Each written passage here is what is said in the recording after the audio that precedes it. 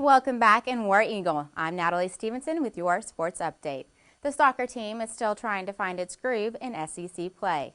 A strong defensive showing from the Tigers held off Tennessee's attack until a free kick in the 61st minute proved to be the only score of the game. The loss drops Auburn to an even 4-4 in SEC play. However, one Tiger did set a record. Goalkeeper Amy Howard reached 326 saves for her career, tying her for 9th place in the SEC record books. Auburn will take on Georgia on Friday night at 6 p.m. in Athens. The volleyball team needed a rebound after dropping 2 matches on the road, and Auburn made a statement on Friday. The Tigers swept the Bulldogs 3-0, improving to 4-3 in the SEC and 13-4 overall. The team will continue to play only SEC opponents for the rest of the season, starting with touch matches away at Georgia and Florida this weekend. The Tigers men's tennis team is celebrating history as Andrea Meese and Daniel Cochran won Auburn's first All-American doubles title, trumping Virginia with a straight sets victory. This is Meese and Cochran's first time in playing doubles, and with 5 winning matches in 4 days, it won't be their last. Expect to see them playing back home October 18th for the men's tournament in Auburn.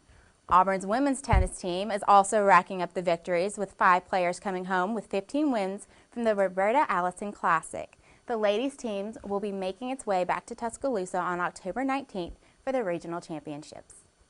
Auburn's swim team is preparing for its Iron Bowl matchup as the team gets set to host Alabama this weekend. Coach Schaefer hopes his team can make a splash, improving off past swimmers' performances and capitalizing on young talent. The Auburn team is coming off a high-energy effort in its annual inter-squad meet. The Tigers will try to carry over this success on Friday at 1 o'clock in the Aquatic Center. The football team is traveling to take on Ole Miss this weekend for the 6th game of the season. The game comes after a disappointing loss to Arkansas this past Saturday. The Tigers could not capitalize on key plays, resulting in a 24-7 defeat. After such a baffling season, many Tiger fans are beginning to ask what's next for the rest of the season and for the coaching staff. I spoke to several fans for their opinion on Coach Chizik and if he is the right choice to bring the Tigers back to victory. Auburn is rich in tradition, and football is no exception. We have had a number of great coaches lead our Tigers to victory.